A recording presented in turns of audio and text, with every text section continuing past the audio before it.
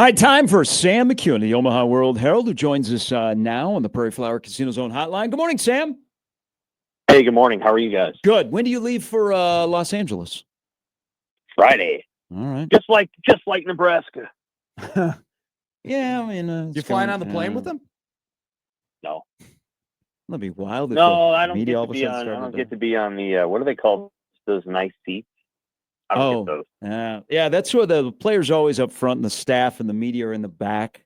That some of the places where media still travels with the team, but they don't ever interact with the team. They're in the back of the plane. All right, so your trip out to the Rose Bowl. How many times have you been out there to the Rose Bowl? One. So I wasn't covering any of this stuff in 2001. So no, it would be 2012 when they lost out there. Great game. I mean, and everybody at the time was saying it was calamitous, right? But I mean, UCLA turned out to be pretty good. So it was. They didn't have Rex that game. That was the thing that I remember. Is I'm like, if Rex Torqued were playing in this game, they would have won. Yeah. So. Well, TJ Lateef will be playing in the game. We're gonna jump around a couple of different things because I still got some questions about USC, but Lateef is first and foremost. Now you have 3 games plus the bowl game with him. What do you think? Not what we'll learn about TJ Lateef over the next 3 games to finish the regular season. What will we learn about the head coach and his OC with a backup quarterback for the next 3 games where you can't be 6-6? Yeah, that's a great question. So I think one of the things that you're going to learn is how creative they're willing to be and how much they're willing to open up the offense to somebody who's got a different skill set. And, there might be a progression to that where maybe what we see this week isn't necessarily what we would see against Penn State, isn't necessarily what we'd see in the bowl game. But they're going to face at least 2 and probably 3 pretty good defenses. Penn State's defense is good vis-a-vis Nebraska's offense. And so I think it's going to be interesting to watch the way that Holgorsen attacks it. He knows how to handle a mobile quarterback. He's had many of those in his head coaching career. So that's not going to be a challenge for him. They'll have some RPOs where Lateef can get out and run. They've had some issues with explosive plays this year. Can they create some explosive plays in the run game? Can they get a play action pass that gets the ball over the top? Remains to be seen. So, yeah, I think we're going to learn a little bit there. And then I think we learned something about the head coach on Monday with the speech at the front, which was about 5 minutes long. And I think what he was trying to do is not say the season was over, but you gotta find a way to rally and come together, and everybody's got to give maybe a little bit more to play for Dylan and rally around TJ. So he's certainly trying to set a tone. I don't question the tone that he sets. I think it's very effective. The other teams are going to play hard too, and it's going to come down to game management, decision making, and play calling, and all the things that games come down to. I personally find the next 3 games quite interesting. I know some other people are kind of out, like, it's basketball season. Braden Frager's good. I know a couple people that they're just ready to be done with it. Because, hey, they might win another game, but they're not going to the playoff. And I'm like, this is interesting to me because if you can get this thing to 9-3, and I would not bet on that at this moment, but if you can, you look a lot better in the portal. And they need a couple guys in the portal. They need to be able to present to a guy in the portal, hey, you know what? We not only have a little bit of money, but this thing's close. Look at how we just went 9-3 or 9-4 if they won a bowl game. Look, we just won 9. We want to win 11 next year, and you're the guy that gets us over the top. They need a couple more players, I think, out of the portal, offensive line, defensive line, to get where they want to go. Your thoughts and just observations of the rise of Emmett Johnson. And a second question here, how many more yards would the great running backs of Nebraska's past have gotten if they wore their jerseys as tight as Emmett does? Right. Well, sometimes those breakaway jerseys got you more yards because they could hold at the jersey and it broke. And it tore. Good point. Tyrese Knox. I don't know. Matt, you don't know who Tyrese Knox is, but Gary does. Yes. some of these old 245-pound fullbacks they used to have. Knox was probably one of my favorites, as was, obviously Tom Rathman. He was great too. So, here's an interesting stat for you. If you go and look right now at the top 5 Power 4 running backs in terms of yards, and you see what teams they're affiliated with, you're gonna find an interesting thought exercise. So I'll tell you off the top of my head who a couple of them are. One of them is Jeremiah Love, and he's at Notre Dame. Another one's McKewon Lacey, and he's at Mississippi. And then, if I'm not mistaken, the other two are also affiliated with teams that are likely to go to that are contenders to go to the playoffs. And then there's Emmett Johnson, who has more yards than all of them. Yes.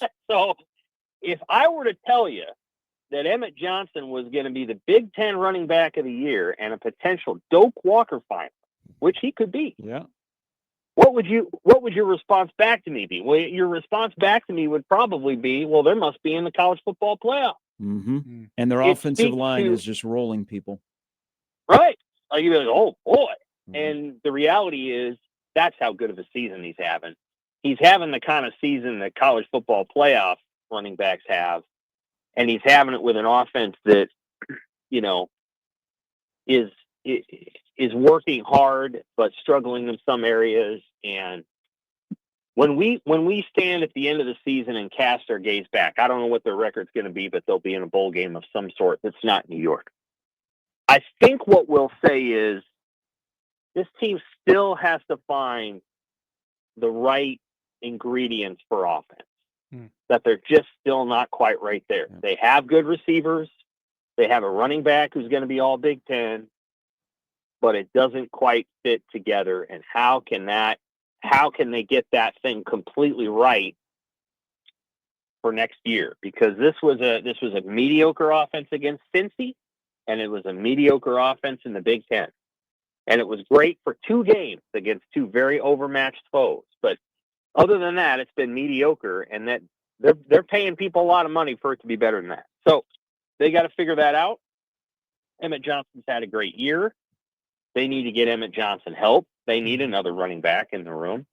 And hopefully he's able to we probably should do a story about how he takes care of his body, because he's done an incredible job of being durable. Yeah, and he does a thing that he very rarely lets people square up on him, like, and again, provide a big hit. Like, when he gets hit, it's usually not like, oh my gosh, he just got crushed. Is he going to get up? So he's done a really good job at that.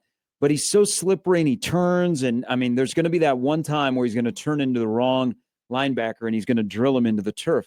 With that said, as Sam McKewon of the World-Herald joins us, guys up front. So Katula out for the year. I did not like I assume that Elijah Pritchett will get himself ready to play. I don't like the word assume.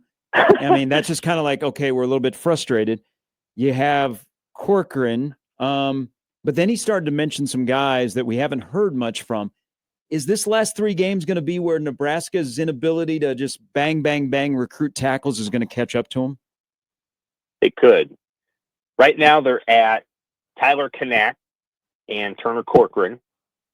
And Corcoran's an old warhorse. You can just tell that he's doing everything he can. He's a good run blocker, and so they probably have a pretty good run blocking unit on the field, to be candid.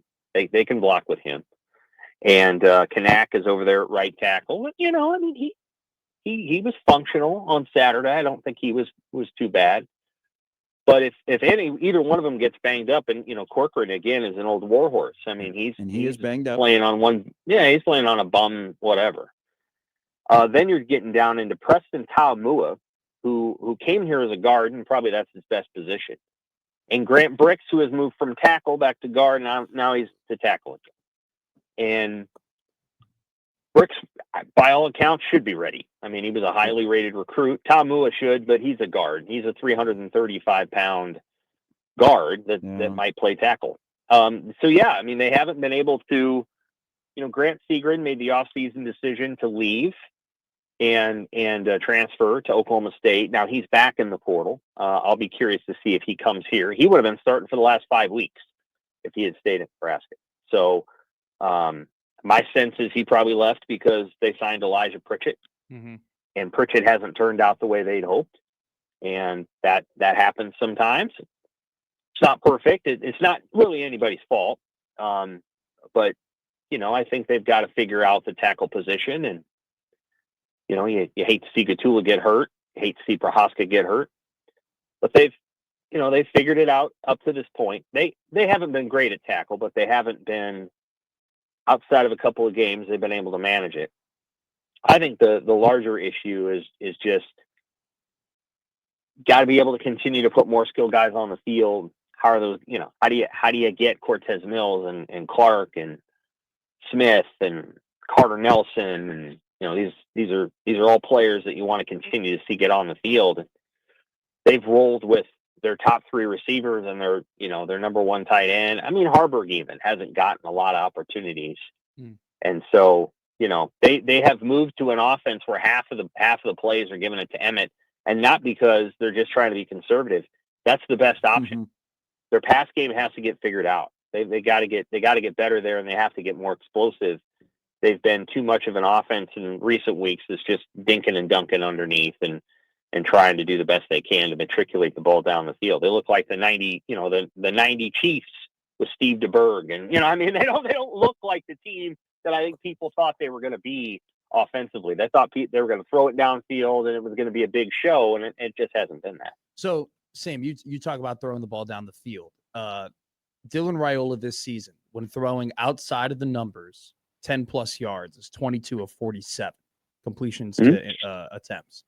Throwing, though, down the middle of the field, 10-plus yards, he's 21 of 31 for a 67% completion percentage. From what you've seen this season, why has number one Nebraska tried to utilize the outside more than the middle of the field, considering their quarterback has been more inaccurate out there? And has there been anything specifically stopping them that you've seen that maybe that's why they're not using the middle of the field 10-plus yards more? Well, teams are going to try to take away the middle of the field with their pass defense structure. So, like some of what you're seeing in terms of attempts would be related to what they feel like they can complete. It's a good question that you ask. I don't know that it's a 1-minute answer, other than to say, I think Nebraska's pass game continues to need to grow. And if you were to compare it to the pass game, for example, even Frost was running. But really, if you can go back and watch like Mike Riley in 2015 and in 2017, now that's a pass game. Now, they were flawed in a million ways, especially on defense. But that was a pass game. Like they were throwing deep overs and comeback routes and rollout passes with, they were running neat screens and jet sweeps and all kinds of stuff. And again, they were 6-7 in 2015, and they played a hard schedule. But that team would play this team and probably fare pretty well. I'll be candid. So I don't know how they get back to where they were in 2014, even, with Tim Beck's offense. Like, they had some offenses 2014 through, 2019 that could do some stuff. And then it felt like it got harder in the Frost era. And then since Rule's gotten there, it just feels like it's been really hard. But you can go back and look at the last three Beck offenses and the Riley era, and it felt like there were guys in the system that could go make plays, whether they had 3 stars or no stars. And it just feels like there's still things to come for this group, that they just haven't quite put it all the way together. I think Raiola's got to continue to improve. I think they got to get a little bit better at tight end. I think basically it's Luke Lindenmeyer and then 2 guys that are learning how to play the position. It would be great if they had a tight end that was like Lindenmeyer, who was a junior or a senior, who knew how to play the position. And hopefully they can maybe sign one of those in the portal, because next year Luke will be there next year, but Heinrich won't, and Carter Nelson TBD. And so that leaves you with their number 3 tight end right now is Eckernach, and he's a blocker. But I think you got to go get another guy. It's going to be really interesting to watch how they put this thing together. And the pass game hasn't been exactly what they'd want it to be. Now, again, if you just look at the numbers and you say, well, look at the completion percentage, and look, I get it. Take out the 2 games against Akron and Houston Christian. take them out. They don't matter that much. And look at the league play and look at the yards per attempt. I thought they did a great job of scheming pass against USC on that first drive. But watch what they were doing. They're hitting little 7, 8-yard throws. You can do that on one drive, maybe two, but it was going to be hard to do that 3 or 4 times. And Nebraska, I think, wants to get to a point where they're throwing the ball all over the yard for deep plays, and they've just struggled to do it. And they've got to try to figure out how to do that. Hey, there were times on Saturday night where Maeva keeping the football, I think, caught Nebraska off guard, and the next thing you know, he's running an open field, and that's not his game. Now you shift to this weekend where that is part of Nico's game. How do you think Nebraska, which has trouble between the tackles stopping the run, how do you think they work against the designed or off-script quarterback runs that we might see? Off-script is a great question. So I think Nebraska's got to make sure they're playing with some discipline, especially in their pass lanes, because they will run some man defense, and so they've got to be really good there. On the design runs, just my hunch, I think they'll be okay. Mm-hmm. I think they will put a lot of energy into slowing him down. I just do. Now zone read plays, we'll see, and then just the old-fashioned let's put 2 tight ends out here and mash you. That's given Nebraska problems this year. It just has, and it's probably going to continue to. But I think they will be ready for Nico as like a designed runner, and they will be effective there. I think they'll be ready for the pass game. I don't know how many points Nebraska's got to score in the Rose Bowl. Probably 21 to win. Mm. And I think it's going to be an attrition kind of game. I'm sure UCLA will hit a couple plays. They'll probably put 14 on the board. Do they put 17 or 21 on the board? And does Nebraska put 17 or 21 on the board? That's probably what the game's going to come down to. I haven't looked at the over-under, but I'd be surprised if it was above 45. And then that's UCLA's defense isn't very good, but Nebraska's offense is limited. Yeah, it'll be interesting. I think there'll be a lot of the ground game will be on display at the Rose Bowl. Sam, safe travels out to L.A. Appreciate it. Look forward to the coverage. Thank you. Take care, guys. All right, so let me give you a couple quick things on Nico. So these are 13